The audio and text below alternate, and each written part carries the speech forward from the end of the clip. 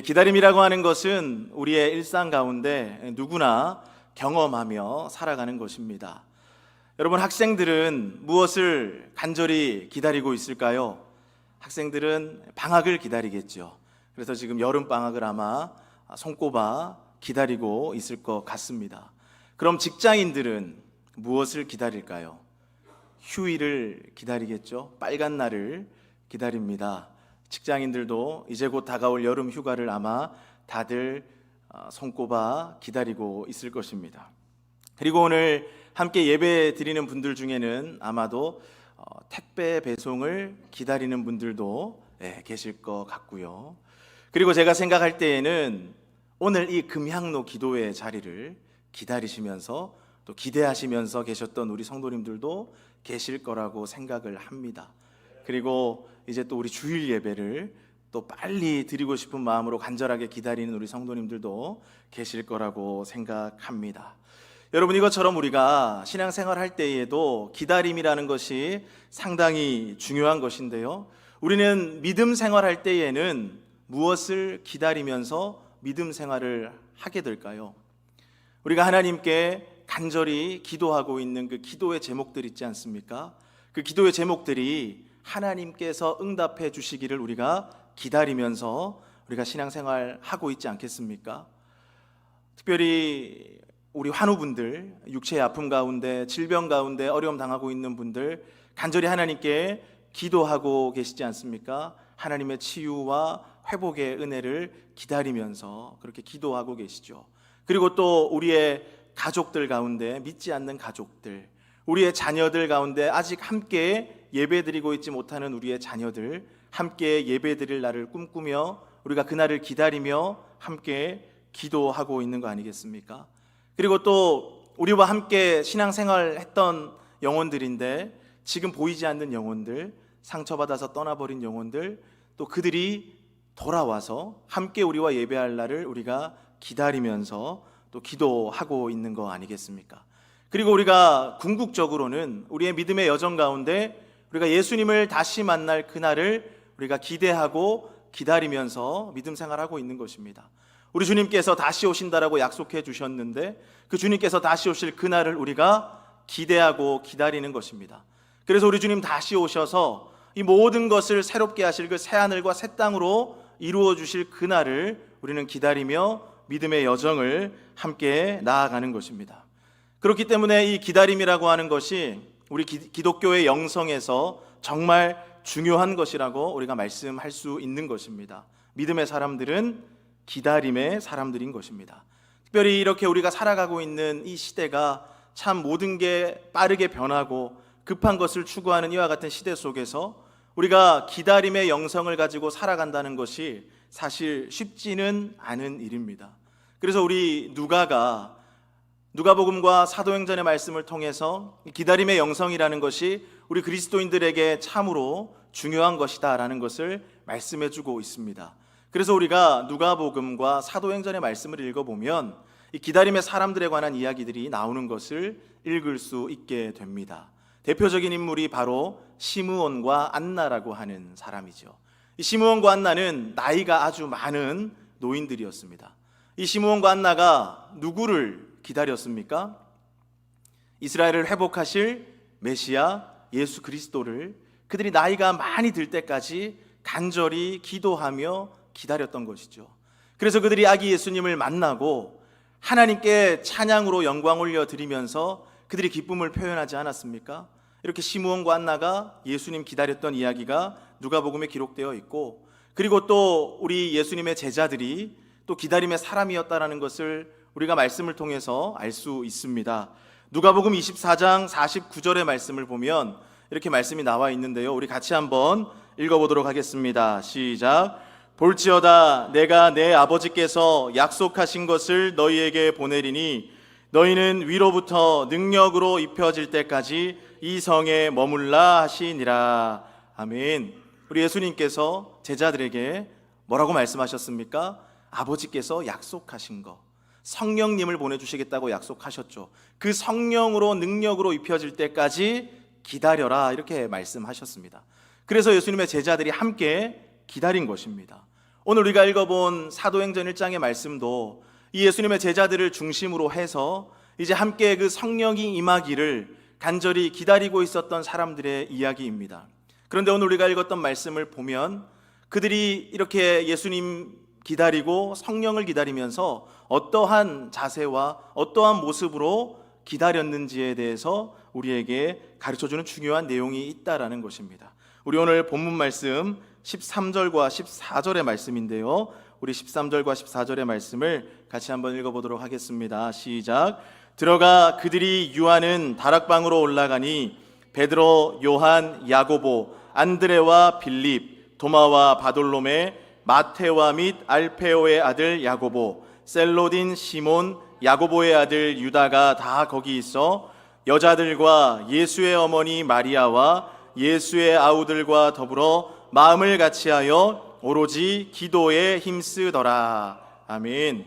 여러분, 그들이 지금 함께 모여 있는데 그 성령님을 사모하며 기다리고 있는 중에 무엇을 하며 기다리고 있었다라고 말씀하고 있습니까?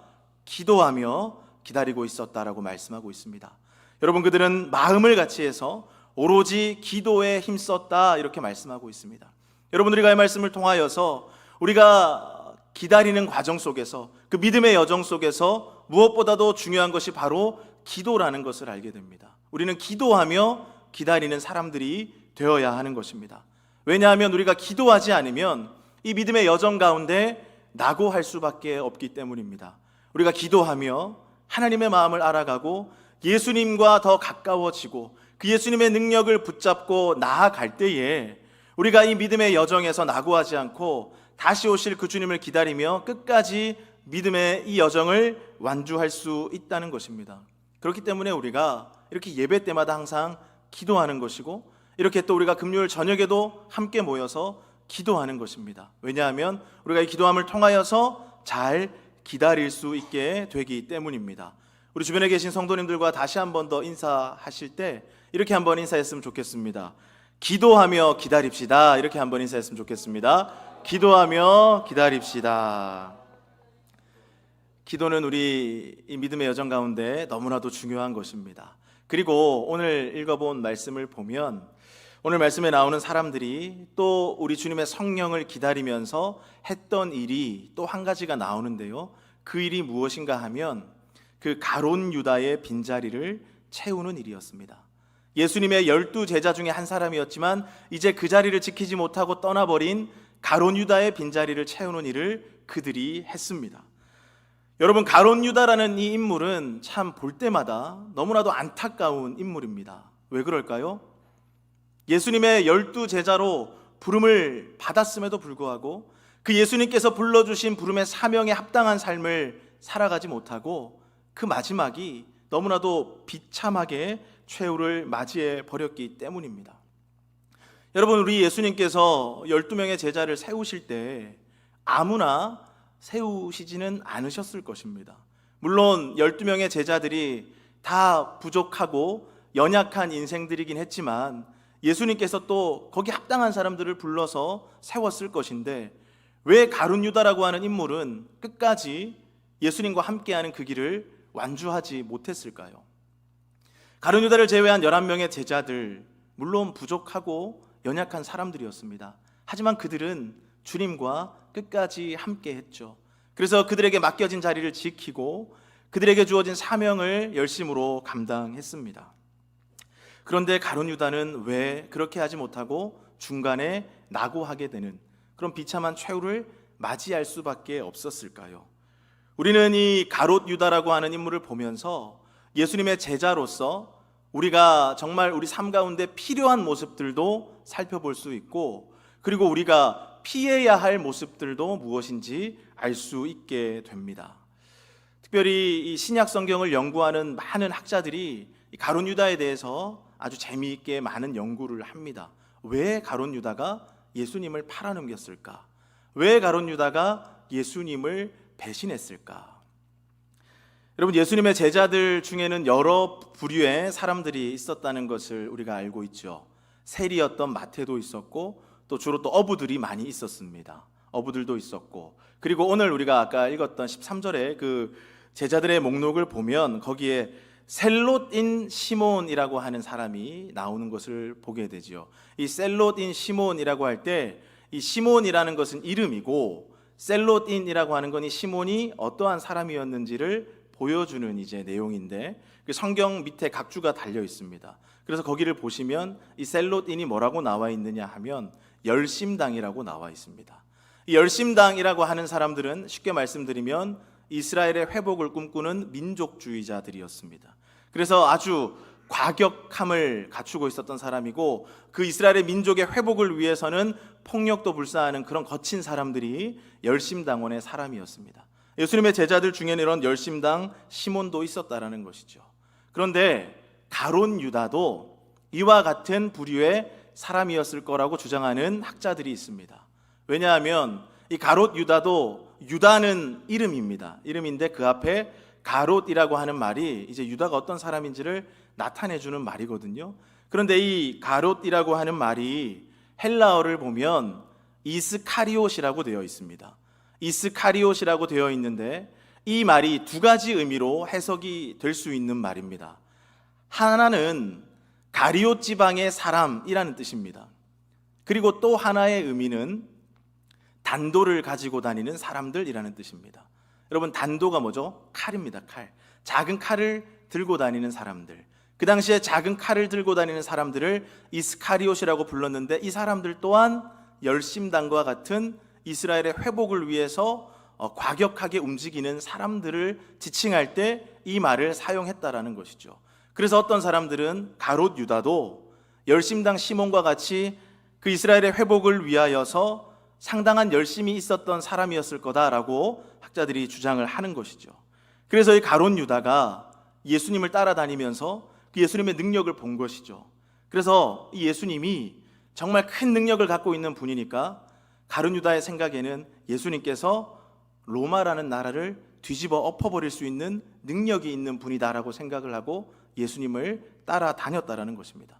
그런데 시간이 지나도 예수님께서 로마를 엎어버릴 생각을 하지 않으시니까 가룟 유다가 마음속으로 답답해지기 시작했다라는 것이죠.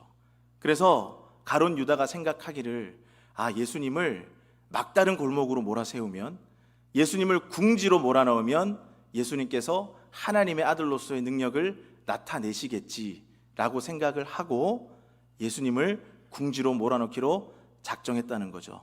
그 방법이 무엇이었다는 겁니까? 로마 군인들에게 예수님을 팔아 넘기겠다라고 생각을 하고 예수님을 로마 군대에 넘겨버린 것이죠.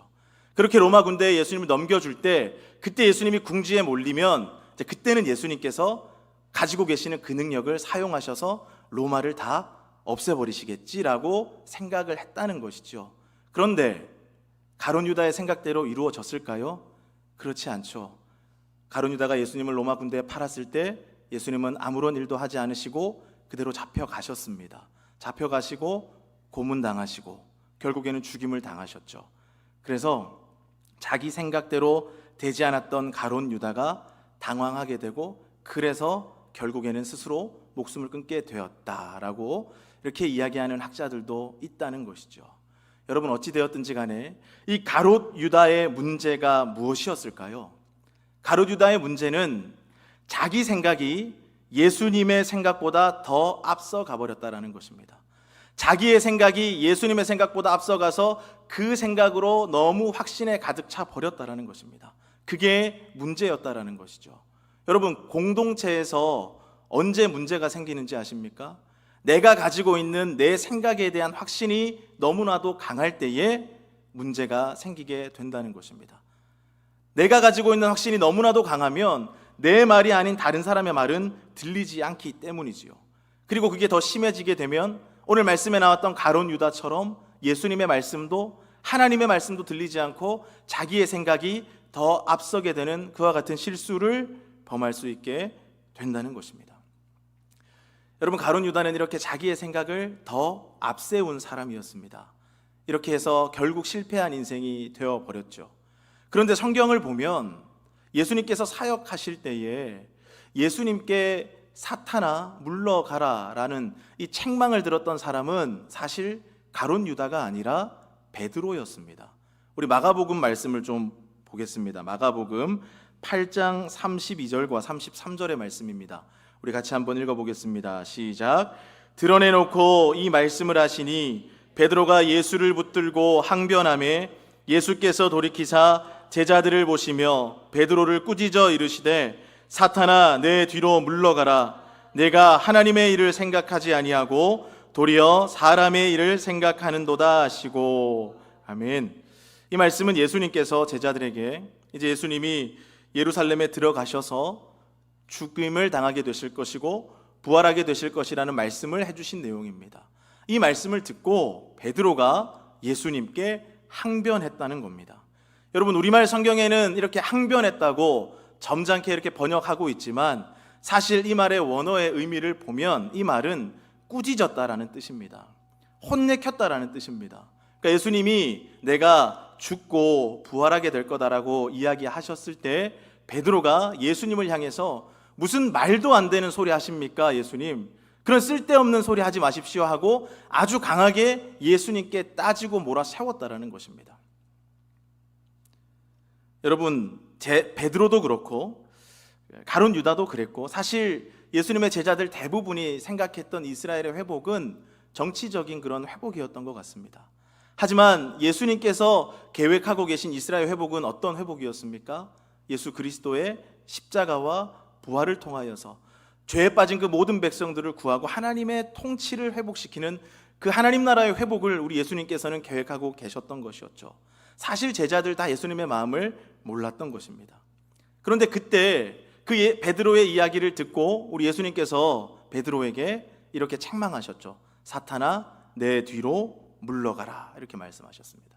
근데 여기서 우리가 좀 주목해서 보셔야 되는 것이 예수님께서 사탄아 떠나가라 이렇게 말씀하신 것이 아니라 사탄아 내 뒤로 물러가라 이렇게 말씀하셨다라는 것이죠. 이 말이 무슨 의미인가 하면 떠나가라 사라져라가 아니라 내 뒤에 서라 이 뜻입니다. 내 앞에 있지 말고 내 뒤로 가라라는 뜻입니다. 여러분, 이 말이 무슨 뜻일까요? 예수님의 제자는 어떤 사람이라는 것입니까? 예수님보다 더 앞에 서서 가는 사람이 아니라 예수님의 뒤를 따라가는 사람이 예수님의 제자라는 것입니다. 여러분, 가룟 유다처럼 혹은 베드로가 이렇게 예수님께 항변했던 것처럼 예수님보다 더 앞서가려고 하면 어떻게 된다라는 것입니까? 사탄이 될 수도 있다라는 것입니다. 그런데 그게 아니라 예수님의 뒤를 따라가면 그 사람은 어떤 사람입니까? 예수님의 제자라는 것입니다. 오늘 우리는 이 말씀을 분명하게 잘 기억할 수 있어야 될 것입니다. 제자는 예수님의 뒤를 따라가는 사람입니다. 여러분, 오늘 우리가 읽었던 말씀 16절의 말씀을 보면 가룟 유다에 대해서 이렇게 말씀합니다. 예수 잡는 자들의 길잡이가 되었다 이렇게 말씀하고 있습니다. 여러분, 여기에 나오는 길잡이가 가이드라는 뜻입니다. 안내자라는 뜻입니다. 그런데 이 말이 신약 성경에 5번이 사용됩니다. 헬라어로는 호데곤이라고 하는 말인데 이 호데곤이라고 하는 말이 5번 사용되는데 5번 전부 부정적인 의미로 사용됩니다. 예를 들면 소경이 소경을 인도한다라고 할 때 그때 이 길잡이 안내한다라는 말이 그렇게 사용되는 것입니다. 여러분, 시각장애인이 시각장애인을 인도할 수 있습니까? 인도할 수 없죠. 여러분, 이 말이 무슨 뜻일까요? 사실은 아무것도 모르는데 길잡이 역할을 하고 있다라는 것입니다. 가룟 유다가 그랬다라는 것이죠. 가룟 유다는 자기 생각한 그 자기의 길이 옳다고 여겼지만 사실 그 길은 옳은 길이 아니었던 것입니다. 여러분, 가룟 유다의 잘못은 예수님을 따라가는 제자가 되려고 한 것이 아니라 예수님보다 더 앞서서 어떠한 길잡이가 되려고 했던 것이 바로 가룟 유다의 잘못이라는 것입니다. 오늘 예배 나오신 우리 모든 성도님들께서는 예수님을 잘 따라갈 수 있는 우리 믿음의 성도님들이 다 되시기를 주님의 이름으로 간절히 축복합니다. 여러분, 오늘 또 우리가 이 가룟 유다의 모습을 보면서 또 한 가지 안타까운 점을 발견할 수 있게 되는 것은 이 가룟 유다가 예수님께서 불러주신 자기 자리를 지키지 못했다라는 것입니다. 자기가 있어야 할 그 자리를 지키지 못하고 자기가 원하는 자리, 오늘 말씀 보면 제 곳으로 갔다라고 말씀하고 있습니다. 그런데 여러분, 가룟 유다가 가버린 그 제 곳이 어디였습니까? 오늘 말씀을 보면 비참한 죽음의 자리였습니다. 가룟 유다는 봉사의 직무, 예수님께서 맡겨주신 그 자리를 버리고 결국에는 죽음의 자리로 나가 떨어져 버린 것입니다. 여러분, 우리는 이와 같은 말씀을 보면서 하나님께서 우리를 불러주신 그 자리를 지키는 것이 우리에게 얼마나 중요한 일인지를 다시 한 번 더 생각하게 되는 것입니다. 하나님께서 우리를 불러서 맡겨주신 그 믿음의 자리, 예배의 자리, 섬김의 자리, 그 기도의 자리를 지키며 나아가는 것이 얼마나 중요하고 또 얼마나 감사한 일인지에 대해서 우리는 가룟 유다를 보며 알 수 있다는 것입니다. 사실 우리가 지금 이 시간에도 예배를 드리면서 우리와 함께 예배 드려야 하지만 예배 못 드리고 있는 그런 영혼들이 있지 않습니까? 그 사람들이 생각이 나실 겁니다. 그리고 우리가 주일에도 예배를 드릴 때, 그 주일 예배를 함께 드릴 때 함께 그 주일 예배를 드려야 함에도 불구하고 그렇게 예배 드리지 못하고 있는 많은 사람들이 있지 않습니까? 우리 교회 공동체에서 함께 보여야 되는데 지금 보이지 않고 떠나가 버린 그런 영혼들이 있지 않습니까? 우리가 그와 같은 영혼들을 생각하게 되죠. 우리는 그와 같은 영혼들을 생각하면서 그들이 자기 자신이 있어야 할 자리, 하나님께서 불러주신 그 자리, 그 믿음의 자리를 잘 지켜갈 수 있도록 우리가 함께 기도해야 된다라는 것입니다. 그리고 또한 우리들도 언제 어디서 어떻게 변질될지 모르는 연약한 우리들이지 않습니까? 그와 같은 우리들의 연약한 마음을 하나님께 아뢰고 우리가 좀 하나님께서 우리를 불러주신 그 자리, 하나님께서 불러주셔서 맡겨주신 예배의 자리, 섬김의 자리, 기도의 자리, 이 믿음의 자리를 내가 그 자리 잘 지켜갈 수 있도록 하나님 의지하며 기도하며 나아가야 된다라는 것이죠. 여러분, 하나님께서 우리를 불러주신 그 자리를 우리가 지켜내지 못하면 어떻게 되는지 아십니까? 하나님께서는 그 자리를 다른 사람으로 채우십니다. 오늘 말씀 보면 하나님께서 그 가롯 유다의 빈자리를 마띠아로 채우시지 않으셨습니까? 한번 생각해 보시기 바랍니다. 그 자기 자리를 지키지 못하고 그 자리를 떠나버린 가롯 유다가 손해일까요? 아니면 그 가롯 유다의 그 빈자리를 채워서 온 마띠아가 손해일까요? 누가 더 손해를 보는 것일까요? 우리 너무나도 쉽게 그 자리를 지키지 못하고 떠나버린 가롯 유다가 손해를 볼 수밖에 없다는 것을 우리는 알 수 있습니다.